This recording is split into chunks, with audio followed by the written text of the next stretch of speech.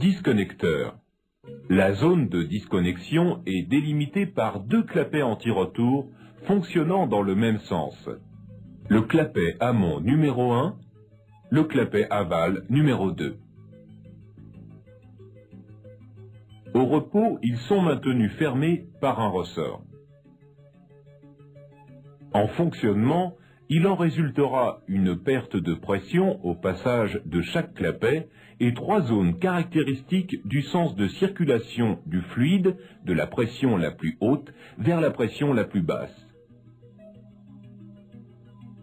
Entre ces deux clapets, la chambre intermédiaire possède une évacuation vers l'extérieur. Cette évacuation peut être obturée par une soupape.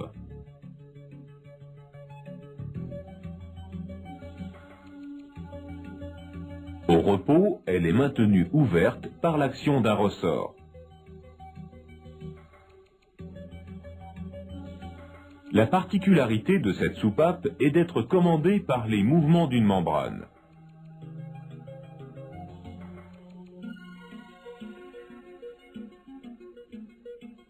Si l'on agit sur la partie supérieure de la membrane, la soupape se ferme.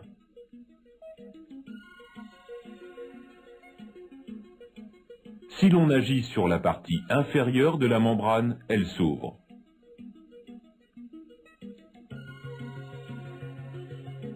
C'est la pression dans la chambre intermédiaire qui, aidée par la force du ressort de soupape, actionne la membrane dans le sens de l'ouverture.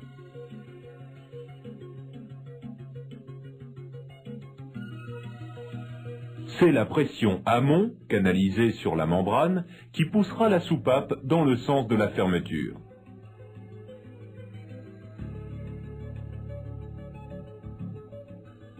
Et maintenant, mettons la pression dans le circuit et créons les conditions de circulation normale. Par construction, la pression amont, avant toute autre action, agit sur la membrane et amène la soupape en position de fermeture. Ensuite, le clapet numéro 1 s'ouvre. Le fluide emplit la chambre intermédiaire. La pression dans cette chambre est inférieure à la pression amont en raison de la perte de charge due au clapet numéro 1. La pression amont reste prédominante et maintient la soupape fermée. Enfin, le clapet aval numéro 2 s'ouvre. Le circuit est en eau et fonctionne normalement. Si l'on arrête le débit par l'aval, les deux clapets se ferment. Les clapets sont étanches. Les valeurs de pression relatives restent identiques. La pression de la chambre intermédiaire reste inférieure à la pression amont. Si celle-ci est constante, la soupape demeure fermée. Les sécurités du disconnecteur. La sécurité est assurée quelle que soit l'origine de l'incident. Perturbation sur le réseau ou dysfonctionnement interne. Premier cas, le disconnecteur est à l'arrêt. La pression amont baisse. Avant qu'il n'y ait égalité entre la pression amont et la pression de la chambre intermédiaire, le ressort ouvre la soupape et draine la chambre. Deuxième cas, le disconnecteur est toujours à l'arrêt. La pression aval augmente. Par exemple, à la suite du refoulement accidentel d'une pompe.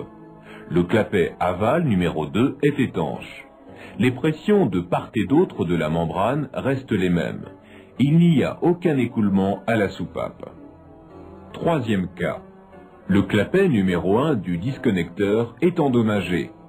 Rien ne se passe en débit dans la mesure où les deux clapets sont ouverts.